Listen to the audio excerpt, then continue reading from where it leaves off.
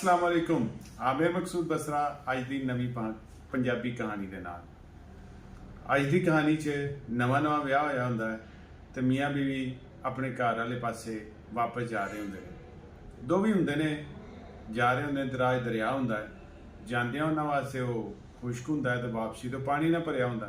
बड़े परेशान हुंदे ने कि हुण इहनूं किवें पार करिए, पुल ते है कोई नहीं नेड़े तेड़े। सच्चे खब्बे वेंदे ने ते एक पासे एक बंदा कश्ती दरिया के कंढे बन के तो कोई पट्ठे छिट्टे वड्डण लिया होंदा है। ਉਹਦੇ ਕੋਲ ਜਾਂਦੇ ਨੇ, ਉਹਨੂੰ ਕਹਿੰਦੇ ਨੇ ਤੇਰੀ ਮਿਹਰਬਾਨੀ ਦਰਿਆ ਪਾਰ ਕਰਾ ਦੇ, ਸਾਡਾ ਨਵਾਂ ਵਿਆਹ ਹੋਇਆ ਤੇ ਅਸੀਂ ਆਪਣੇ ਘਰ ਵਾਪਸ ਜਾਣਾ। ਉਹ ਚੁੱਪ ਕਰਕੇ ਉਹਨਾਂ ਨੂੰ ਕਹਿੰਦਾ ਆ ਜਾਓ। ਉਹ ਬਹਿ ਜਾਂਦੇ ਨੇ ਤੇ ਉਹ ਪੁੱਛਦਾ ਹੈ ਜਿਹੜਾ ਖਾਮੰਦ ਹੁੰਦਾ ਕਿ ਤੂੰ ਕੌਣ ਹੈ? ਕਹਿੰਦਾ ਯਾਰ ਅਸੀਂ ਠੱਗ ਹੁੰਨੇ। ਉਹਨੂੰ ਹੱਸ ਕੇ ਕਹਿੰਦਾ ਕੋਈ ਠੱਗੀ ਸੁਣਾ। ਉਹ ਚੁੱਪ ਰਹਿੰਦਾ। ਉਹ ਦਰਿਆ ਦੇ ਦੂਜੀ ਤਰਫ ਜਾਣ ਤੱਕ ਉਹ ਦੋ ਤਿੰਨ ਵਾਰੀ ਉਹਨੂੰ ਕਹਿ ਦਿੰਦਾ ਠੱਗੀ ਸੁਣਾ, ਠੱਗੀ ਸੁਣਾ। ਖੈਰ ਉਹ ਉਤਰਦੇ ਨੇ ਤੇ ਉਹਦੀ ਬੀਵੀ ਦਾ ਹੱਥ ਫੜ ਲੈਂਦਾ ਠੱਗ। ਕਹਿੰਦਾ ਯਾਰ ਤੇ ਮੇਰੀ ਬੀਵੀ ਹੈ।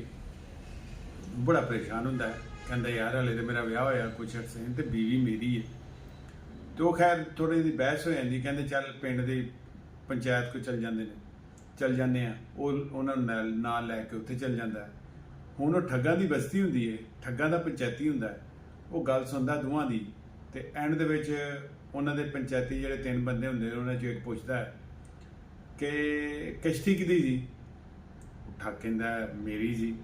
ਕਹਿੰਦਾ ਫਿਰ ਬੁੱਢੀ ਵੀ ਤੇਰੀ ਹੈ। ਉਹ ਬੰਦਾ ਵਿਚਾਰਾ ਕਰਲਾਂਦਾ ਗੁੱਲੂੰਦਾ ਲੇਕਿਨ ਕੋਈ ਨਹੀਂ ਉਹਦੀ ਸੁਣਦਾ। ਵਾਪਸ ਨਿਕਲਦਾ ਵਿਚਾਰਾ ਤੇ ਠੱਗ ਉਹਨੂੰ ਆਵਾਜ਼ ਦੇ ਕੇ ਕਹਿੰਦਾ ਉਹ ਠਹਿਰ ਜਾ, ਆਪਣੀ ਬੁੱਢੀ ਤੇ ਲੈ ਜਾ। ਉਹ ਖੈਰ ਵਾਪਸ ਆ ਕਹਿੰਦਾ ਯਾਰ ਫਿਰ ਇੰਨੀ ਹੈ ਸਾਰਾ ਡਰਾਮਾ ਕਰਨ ਦੀ ਕੀ ਲੋੜ ਸੀ?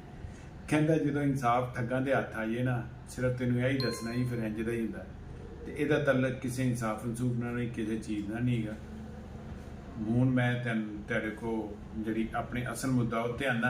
ये कुर्ता ग्रे कलर का बैन एम्ब्रॉयडरी के साथ जस्ट 3000 में आपको होम डिलीवरी में बिल्कुल फ्री मिलेगा और 3000 इसकी प्राइस है। फ्री होम डिलीवरी के साथ maqsood.pk पर जाएं, MAQSOOD.pk पर कुर्ते की टैब में 3000 जस्ट ग्रे कुर्ता। अल्लाह हाफिज़।